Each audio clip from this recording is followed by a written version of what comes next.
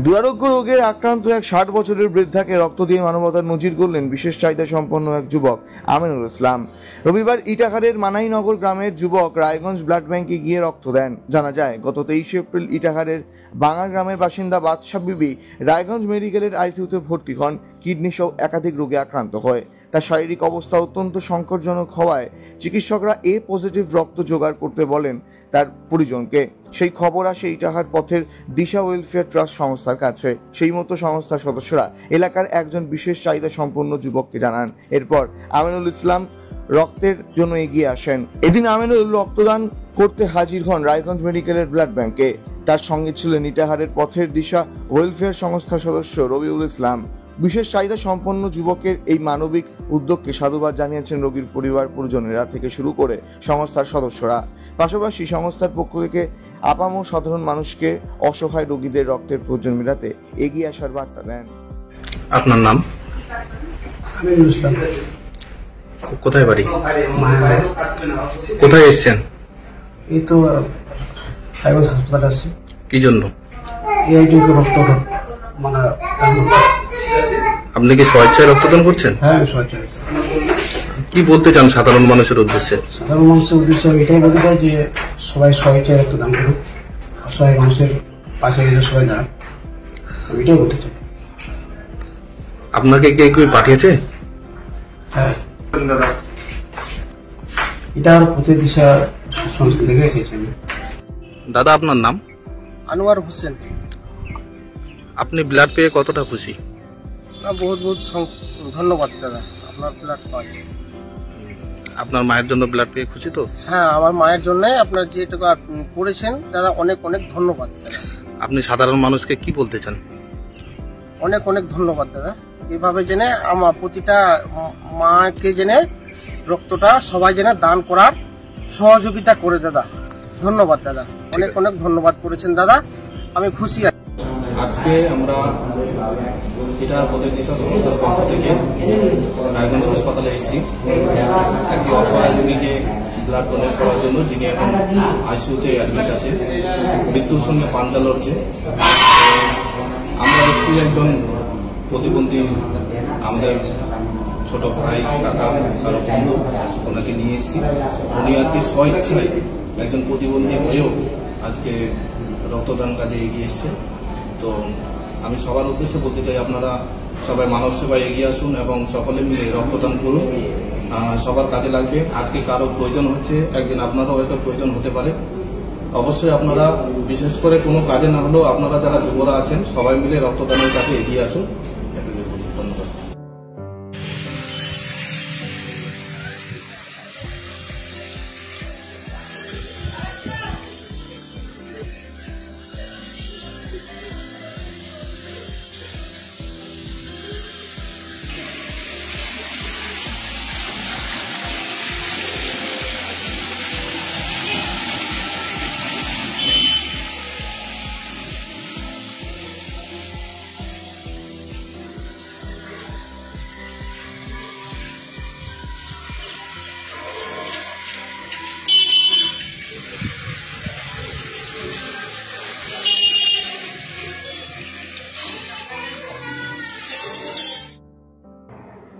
কাশ্মীরের ঘটনার প্রতিবাদ জানিয়ে নিহতদের আত্মার শান্তি কামনায় এক কর্মসূচি গ্রহণ করলেন জনপ্রতিনিধি থেকে শুরু করে এলাকার সাধারণ মানুষ।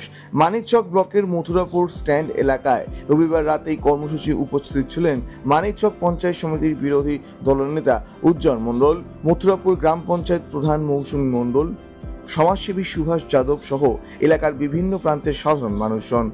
জাতীয় পতাকা হাতে ঘটনার প্রতিবাদ জানিয়ে চলে বিক্ষোভ। কাশ্মীরের পাহেলগাঁও এলাকায় পর্যটকদের উপর যে নির্মম হত্যালীলা করা হয়েছে, তাদের জন্য আতঙ্কবাদীদের বিরুদ্ধে কড়া ব্যবস্থার দাবিও করা হয় এবং নিহতদের আত্মার শান্তি কামনায় প্রদীপ প্রজ্বলনের মধ্যে দিয়ে প্রার্থনা করা হয়।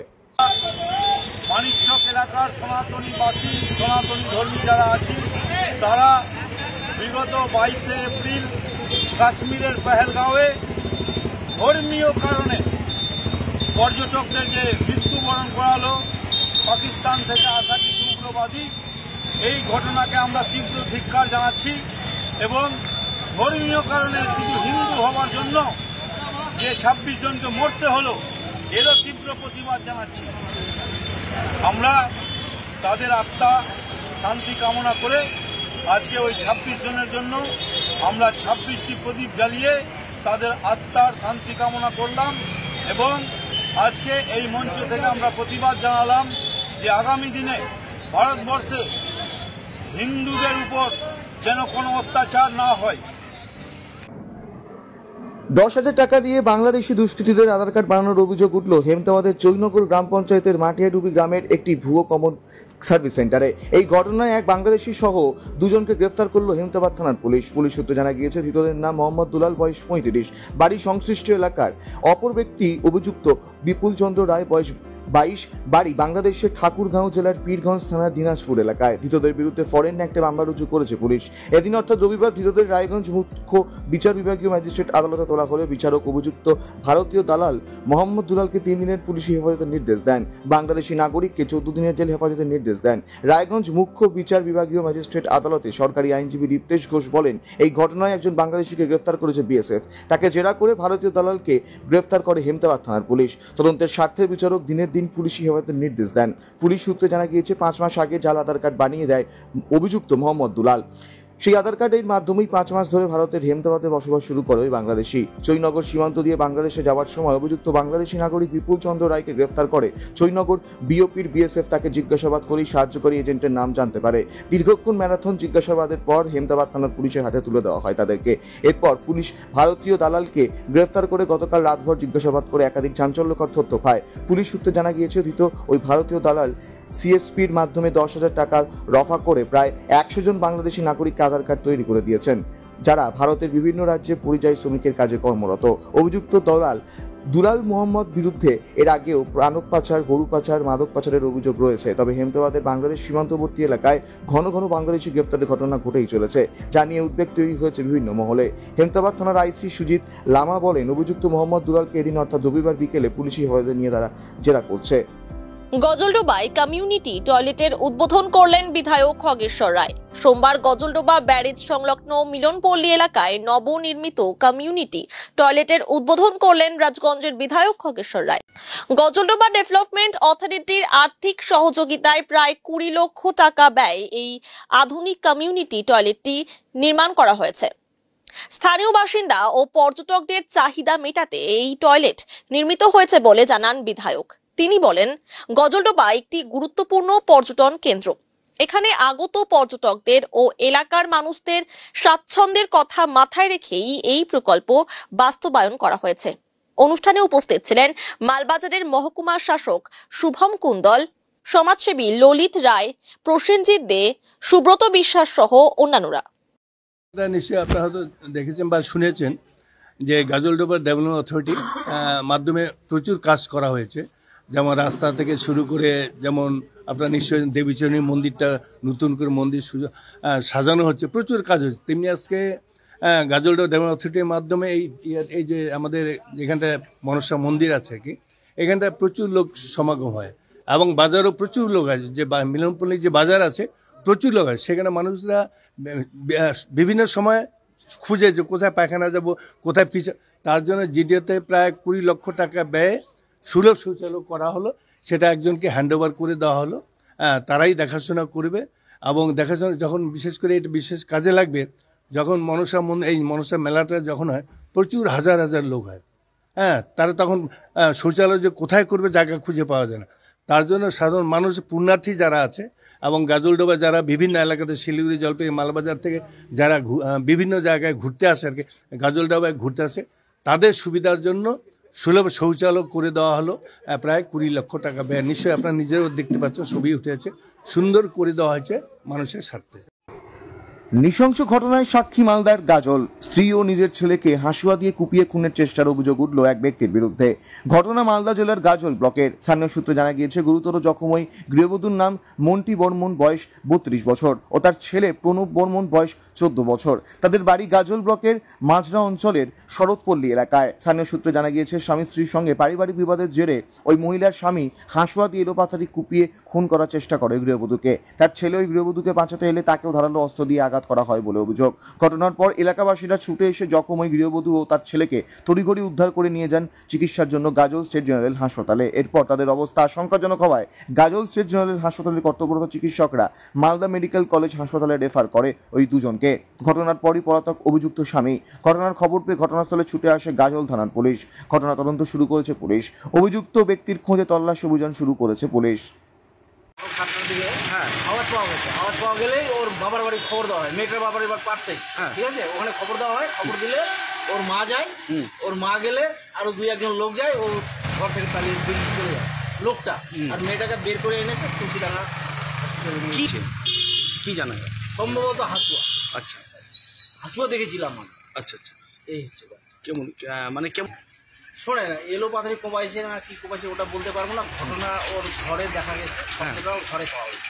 আচ্ছা কি হ্যাঁ প্রচুর প্রচুর তো বলতে ওটা বলতে পারবো, ওটা স্বামী স্ত্রীর ব্যাপার, কি নিয়ে হয়েছে না নিয়ে হয়েছে। হ্যাঁ এসেছিল, তারা দেখে গেল। দেখে গেল।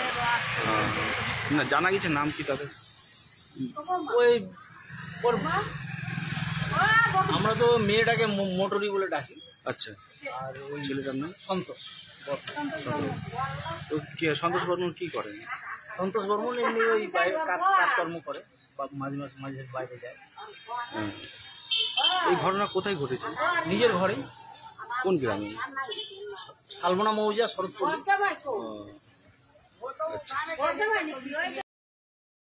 দীর্ঘদিন ধরে বেহাল অবস্থায় রয়েছে কাঞ্চনবাড়ি থেকে ফুলবাড়ি বাজার যাওয়ার প্রায় 1.5 কিলোমিটার রাস্তা। বর্ষার সময় রাস্তায় জল কাদা জমে চলাচলে অযোগ্য হয়ে পড়ে রাস্তাটি। অন্যদিকে গ্রীষ্মকালে ধুলো বালিতে অতিষ্ঠ হয়ে ওঠেন এলাকাবাসী সহ পথ চলতি সাধারণ মানুষ। দীর্ঘ কয়েক বছর আগে রাস্তাটি পাকা করা হয়েছিল, কিন্তু এরপর দীর্ঘদিন কেটে গেলেও আর কোনো সংস্কার হয়নি। ফুলবাড়ি বাজার থেকে কাঞ্চনবাড়ি পর্যন্ত রাস্তার অধিকাংশ অংশেই ছোট বড় গর্ত তৈরি হয়েছে, যেগুলোতে বর্ষার জলে জল জমে গিয়ে চলাচল দুরূহ করে তোলে। এলাকাবাসীরা জানান, রাস্তাটি বেহাল থাকায় যাতায়াতে সমস্যায় পড়তে হয়। প্রশাসন যদি দ্রুত ব্যবস্থা না নেয় তবে ভবিষ্যতে তারা আন্দোলনে নামবেন। রাস্তার অবস্থা খুবই খারাপ বলতে গেলে। প্রায় 8-10 বছর ধরে রাস্তার অবস্থা খুবই খারাপ। এত ভাঙা রাস্তা মানে চলার মতো না। এটা এরকম খুব ক্রিটিক্যাল অবস্থা, খুব খারাপ এই রাস্তায়। মোটামুটি ধরে নাও 7-8 বছর ধরে।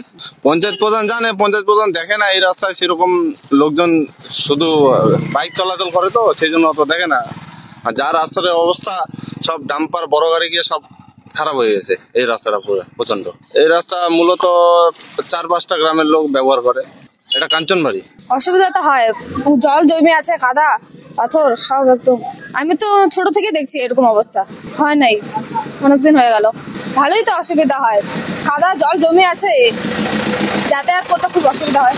ফুলবাড়ি যাচ্ছে এই রাস্তাতে অনেকদিন আগে হয়েছিল, 10-15 বছর আগে হয়েছিল, তারপর তো কোনো রাস্তা হয় না, এরকমই আছে। খুবই অসুবিধা। মানুষ বাচ্চা কাচ্চা নিয়ে যায়, পড়ে যায়, স্কুল থেকে যায়, পড়ে যায়। গাড়ি ঘোড়া তো প্রচুর চলে, বাস চলে, টাটা এসি, 4 চাকা গাড়ি প্রচুর চলে, ডাম্পার গাড়ি প্রচুর চলে, কিন্তু রাস্তার কোনো পরিবর্তন নাই, কারো চোখে পড়তেছে না। এটা তো 10-15 বছর আগে হয়েছিল, অনেক দিন আগে। তখন তো আমি পড়াশোনা 5-6-এ পড়তাম, তখন মোটামুটি তখন বামপুর সরকার হয়তো ছিল, তখনই হয়তো হয়েছিল রাস্তাটা এখানে। তারপরে রাস্তা হয়নি, এখন হলে খুব ভালো হয়। হ্যাঁ, আমি প্রধানকে অনুরোধ করব যেন এই রাস্তাটা তাড়াতাড়ি যেন করার ব্যবস্থা করে। রায়গঞ্জের স্বনামধন্য স্বর্ণ প্রতিষ্ঠান শ্রী ঢাকা জুয়েলার্স অক্ষয় তৃতীয়া উপলক্ষে নিয়ে এসেছে গ্র্যান্ড এক্সিবিশন আগামী 28 থেকে 30 এপ্রিল পর্যন্ত। 2 লক্ষ টাকার উপর কেনাকাটায় মেকিং চার্জ সম্পূর্ণ বিনামূল্য। হিরে ও সোনার গয়নায় মেকিং চার্জে থাকছে 25% ছাড়। অক্ষয় কালেকশনের হীরের গয়নায় কেনাকাটায় থাকছে 50 থেকে 100% ছাড়।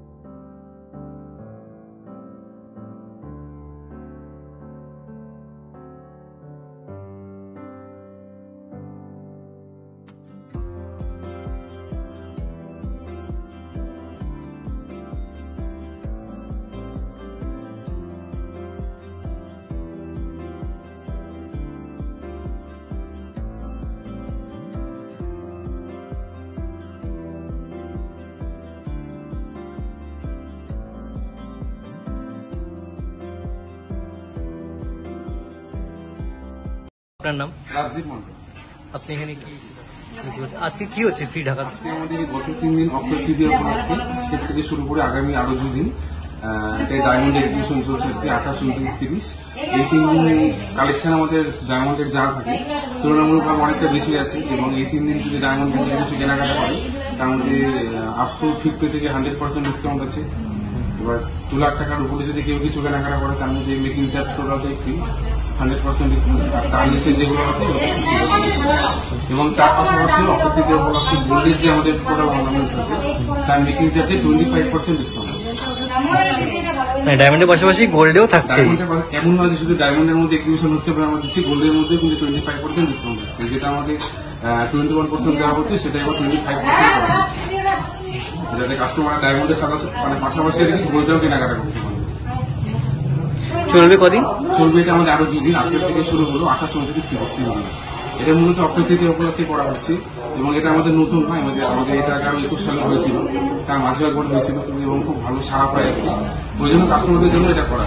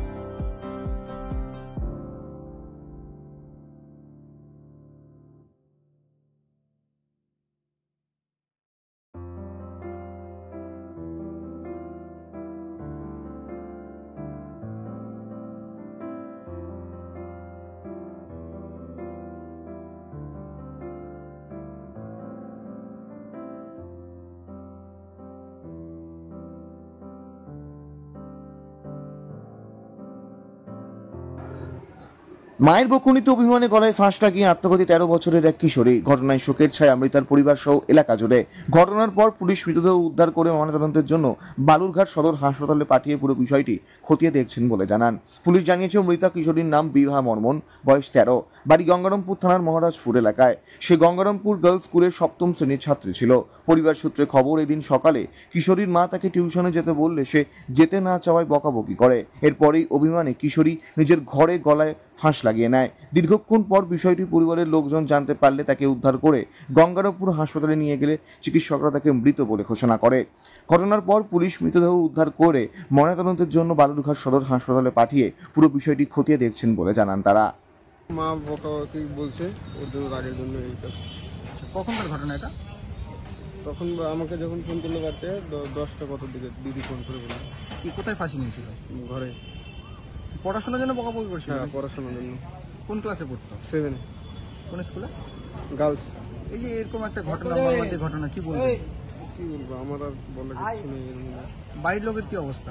বাড়ির লোকে এখন কান্নাকাটি করছে। আপনার নাম দাদা? সুজন সরকার।